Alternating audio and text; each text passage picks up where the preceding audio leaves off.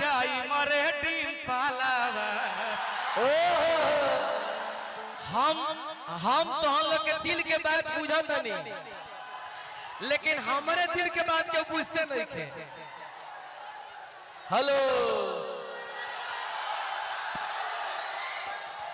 हर की जादू सो नहीं खपिया रसीला, हर की जादू सो नहीं खपिया रसीला, एही जा दोसर नहीं खोखिए रसीला। आसू बस चाचा के नाम बाई जिला, आदित्य भैया के नाम बाई जिला। जब कोनो गाना हिट होला तो सार्वजनिक हो जाला। जैसे हम एगो मंच पर गई रही तो कहल गल कि चलिया के हुक राजा जी बड़ा बढ़िया गाना बा। कहने की बा भाई मारा गोरी और एगो मारा गोरी मारा एगो पिस्टल 6 गोली छाती पे। हर की छेद हो जाई तोरा बाती में रे, हर की मारी सिक्सर के 6 गोली छाती में रे, छाती में रे। पावर होला खाली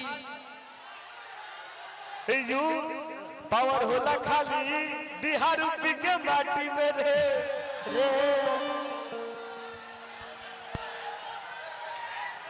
डिम्पल जी बुला रहे हैं टुनटुन जी आपको। हेलो टुनटुन भाई हम एक बार वो गाता गाना रात भर नाचाई मरे डिम्पलवा। हम सभी के गार्जियन थोड़ा शांति बनाओ बाबू।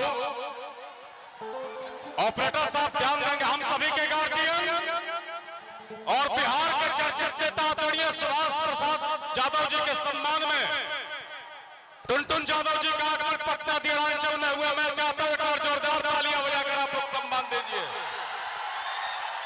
आपके किंग टुनटुन यादव जी का आगमन हो चुका है, इसलिए थोड़ा शांति बनाओ बॉस।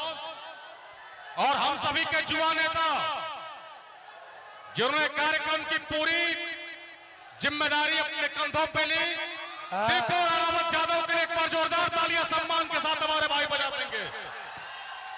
लेकिन मैं ब्याह जी से चाहता हूं कि सम्मान का दौर चले। हर की पटना जिला में खिलल हमर नामवा,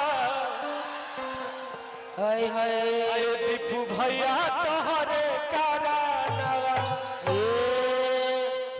आज हम इजाइल बनी दीपू भैया के माध्यम से। और जितने भी हमारे पटना के भाई, मैं चाहता हूं आप लोग शांति के साथ कार्यक्रम को सुनिए। इतने बालू के ऊपर गाना गाए हैं, जिस गाने को आप लोग मोहब्बत एक तरफा देते हैं। हर की झारखंड कोयला माफिया, यूपी के हर जवान माल माल हो करे जा। और एक और बात है कि अगर कुछ डांसर लोग है तो इधर भेजिए ना, महिला कलाकारों का मंच किया जाए। बोला बाबू।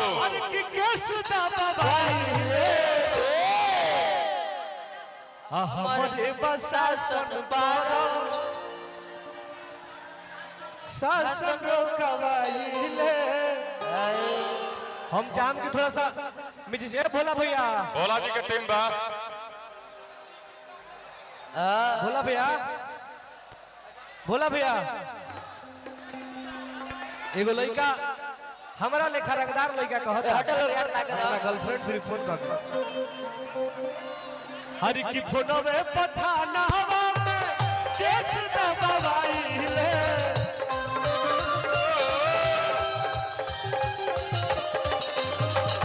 फोनवे पठाना हवा में केस दबाइले,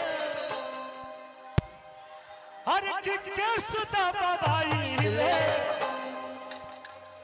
हमारे बसासन पर शासन कबाइले, हमारे बसासन पर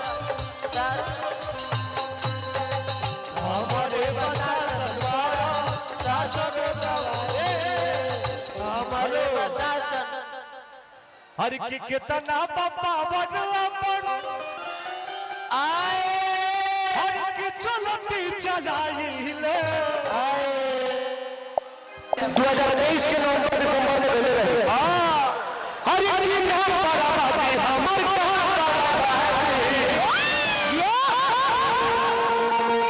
अमन बाबा घरौना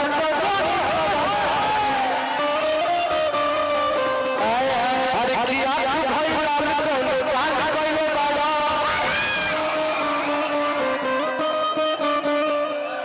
आज हर की आंख बोले कौना के रिमांड कइले बाड़ा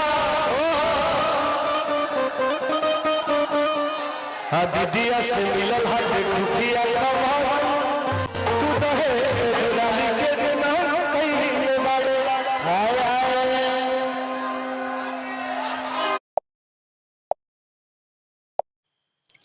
दोस्तों इस वीडियो को ज़्यादा से ज़्यादा शेयर कर दीजिएगा और इस वीडियो में बहुत ही आनंद लिए, हम भी आनंद लिए, आप भी आनंद लिए। इस वीडियो को ज़्यादा से ज़्यादा शेयर कर दीजिए अपने दोस्तों के साथ में।